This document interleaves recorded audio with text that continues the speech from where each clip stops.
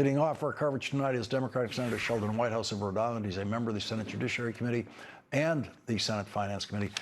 Senator, thank you very much for joining us tonight. How long can Todd Blanche serve as acting Attorney General for Donald Trump without being confirmed? Pretty much indefinitely under the statute under which he was appointed, which means that Trump is putting Republican senators through this exercise for not a lot of practical gain. And now he's put them really between a rock and a hard place. The rock is, do you vote for this guy because you're frightened of Trump and obsequious to Trump and have to own all the nonsense that he has pulled, including the slush fund and the tax amnesty scam? Or do you follow what Trump has done and said, well, we'll do this after the election once Cornyn and Tillis are gone, which now makes this a live election issue where the outcome of Senate control disposes of this. And now all of the candidates are back in the soup again, having to try to defend why this miscreant should be Attorney General of the United States. So it's a terrible position for Republican senators to be in.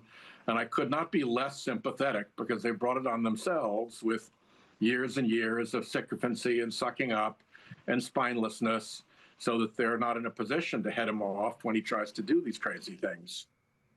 And now we really could not ask for more clarity about exactly what the status of this deal is.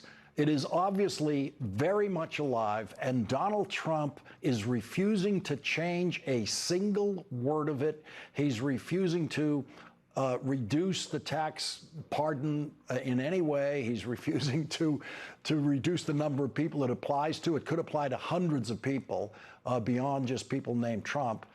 And that, Donald Trump is now proving, is not just alive, it is hugely important to him to preserve. Yeah, both deals he wants still to be on. He wants the slush fund to pay off his January 6th cop beaters and to be basically a revenue account for his gang that's going to attack the election in November. And he wants his Trump family tax fraud amnesty scam. And in order to do that, he's outed the lie that Blanche has been telling, that this whole thing is dead. Clearly, it's not dead. Clearly, it's a very living zombie still stomping around because he won't actually kill it. He won't put the wooden stake through its heart. So he's forced him into that lie. And of course, that just cascades into all the other lies. In the clip that you played, what I particularly loved was Blanche pretending that he did not know what Donald Trump's lawyers were going to do in the case if they would move to enforce the account. Well, of course, he was President Trump's lawyer.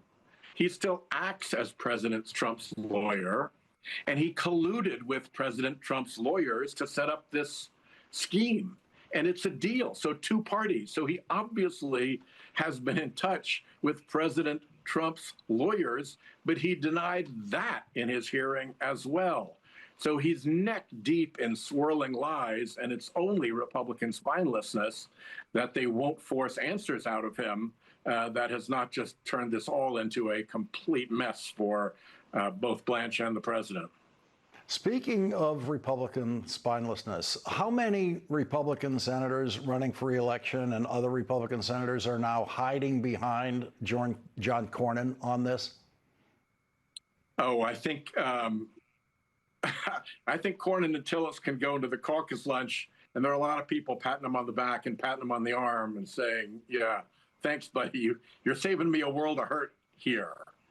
You know, this is a guy, remember, in the slush fund and tax amnesty case, there's a judicial inquiry going on into whether they committed fraud on the court, which is the worst thing that a lawyer can do. It means that an officer of the court has deliberately done something dishonest in order to create an injustice using the court system. It's actually worse than contempt of court. It's so bad that the accusation has never even been made about any senior Department of Justice official in the history of the United States. And here's a guy who is under inquiry for that very thing. The judge preserved that question because she was not satisfied. So they're willing to vote for a guy who is under present inquiry for committing fraud on the court. It just shows, to get out of this, I think they'd be very, very happy. Senator Sheldon Whitehouse, thank you very much for starting off our coverage tonight. Thank you.